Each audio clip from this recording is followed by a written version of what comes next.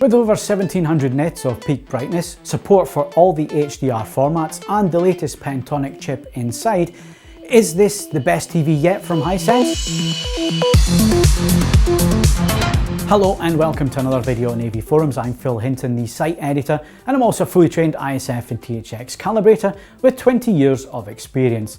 In this video, we're looking at the Hisense U8K Mini LED TV. The first thing to stress straight away is that the panel and local dimming processing are the same worldwide, but the chassis on the U8K design and smart TV system for the EU and UK are different from those found in the US. Both territories have VA panels with 1008 dimming zones, and they use the same local dimming algorithm, but the UK set uses the Hisense Vida U7 OS and smart TV system in menus, and it also sports a soundbar at the bottom of the panel. The US version of the Hisense U8K drops the soundbar, and it also uses Google TV OS system instead of Vida. We're reviewing the EU-UK version of the TV here. The U8K is available in 3 screen sizes, starting with a 55-inch at £1,199, a 65-inch at £1,599 and a massive 75-incher at £2,099. The 65-inch model we're reviewing is provided by Hisense UK. For those of you who want the too long didn't watch quick roundup so you can move on to your next video, then here it comes, but do consider giving us a like and a subscription for getting to the point quickly.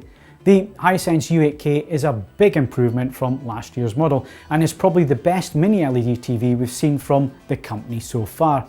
It's not all perfect. There are some issues with clouding and dirty screen effect, which is a byproduct of the technology used, and we also noted some raised black levels with scope film content and within comparisons.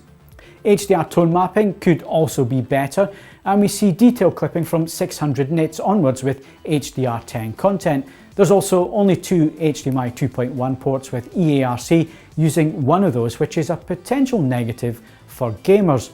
But having pointed all of those issues out, the overall performance of the U8K is very good indeed for a mini LED TV with excellent calibrated image accuracy, good shadow detail retrieval and decent overall black levels. Colour accuracy with SDR and HDR is very good with excellent gradational performance, natural looking colours and lifelike skin tones. With gaming, the Hisense U8K offers some very impressive capabilities, including 4K 120, including Dolby Vision gaming at that resolution and frame rate, thanks to the use of the Pentonic 700 chipset. We also get PC gaming up to 144Hz, a games menu bar and frame rate counter, AMD FreeSync Premium, ALLM, eARC, and an input lag that measures in at 13.2 milliseconds for 4K 60 and between 5.2 and 5.6 milliseconds for 1080 120. The Hisense U8K offers very good performance for the money, and it comes recommended.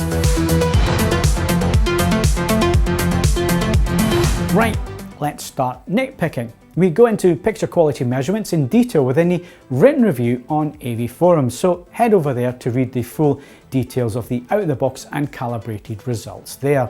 We fully measured and tested the out-of-the-box settings, as well as calibrating the U8K and put it through some rigorous testing, including side-by-side comparisons with its closest rivals.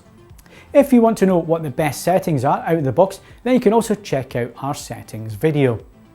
Out of the box, SDR performance in filmmaker mode is disappointing and not quite as accurate as we'd like. We'd encourage Hisense to look at improving this aspect going forward. However, following calibration, we obtained perfect results from this TV. With HDR10 content, the Hisense U8K measures in at 1745 nits on an industry standard 10% window and 768 nits full screen in the most accurate filmmaker mode. These numbers are very impressive and get close to those available on the competing TCL C845, which we recently reviewed.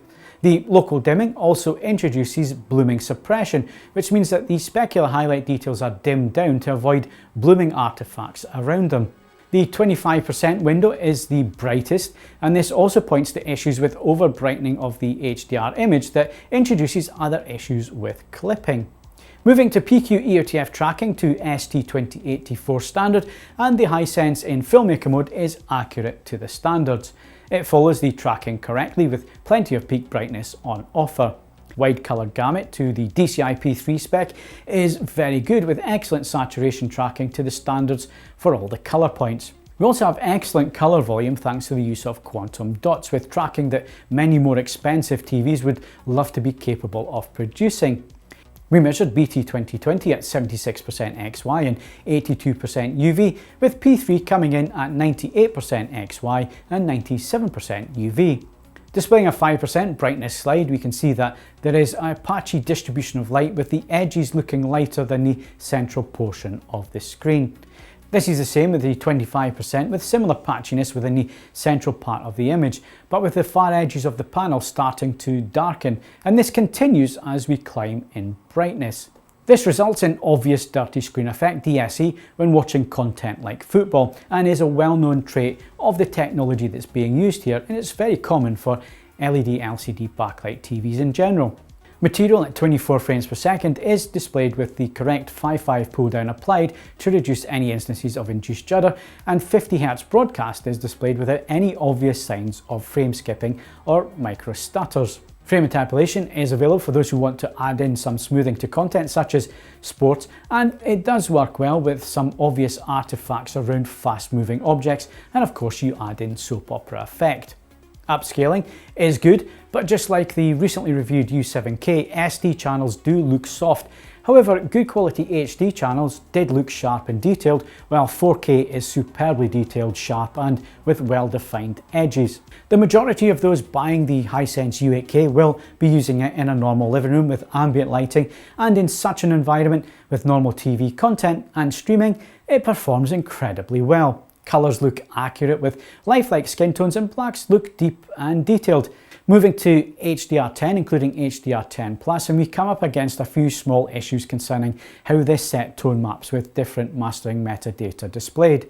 We confirmed this issue using the Spears & Mansell demo material, and when set to 600 nits it tone maps correctly. Content at 1000 nits is also decent, but with some detail clipped, especially in the grass, and with 2000 nits and over, detail is then totally clipped rather than being mapped. While 2000 nit content and above is rare, we do suggest that Hisense take a look at this and fix the issue to make the TV map correctly. Also mirroring what happened with the U7K, Dolby Vision on the U8K is much more successful as it uses dynamic metadata which tells the set how to map the content correctly and to the set's capabilities. However, we also noted that this is done darker than the PQ standard, so blacks do look a little bit crushed and shadow detail is harder to make out when you're watching in dim surroundings. Dolby Vision IQ will work for those who want to watch in a more bright environment with ambient light present, as it adjusts the screen brightness in relation to the light in the viewing environment. However, you need to be aware that some picture processing is then applied, and that needs to be switched off if required. One thing we did notice with all content types was the slight raising of black levels, most notably with black bars in scope films never quite looking completely black. This extended to black levels within films and TV shows also looking just a shade lighter than they should be.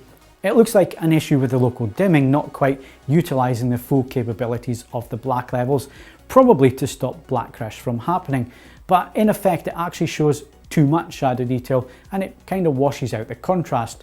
Next we move on to comparisons with the U8K's main rival, the TCL C845.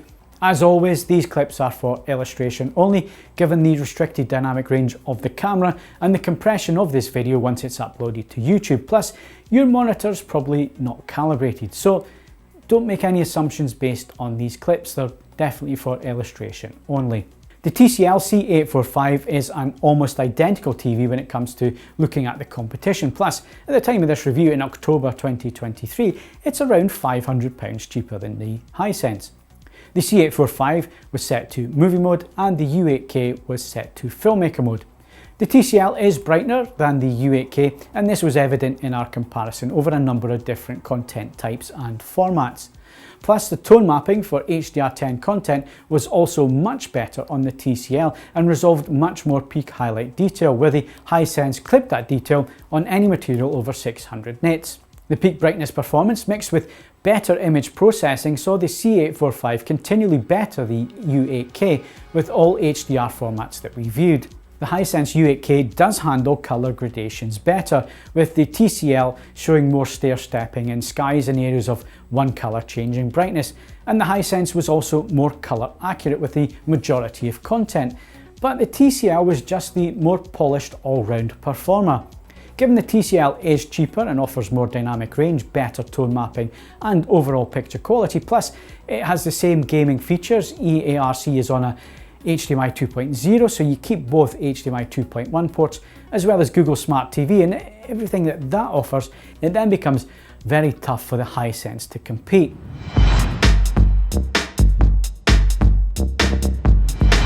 So let's wrap this up. Like all TVs, the U8K has many plus points and a few areas we'd like to see some improvements. Hisense is a company that listens to feedback and it wants to produce better products year on year, and this is great for you, the consumer, as it means better products at more competitive pricing.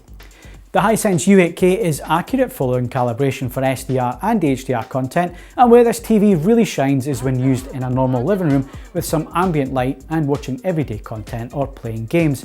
It makes for a great living room TV for those who are not worried about absolute image accuracy and contrast, and those who just want a bright detailed image with good smart TV and being able to play games from the latest consoles. If you enjoyed this review, then please do give it a like, and if you want to see more TV reviews from AV Forums, then why not consider subscribing to the channel. Thanks for watching. Rendezvous.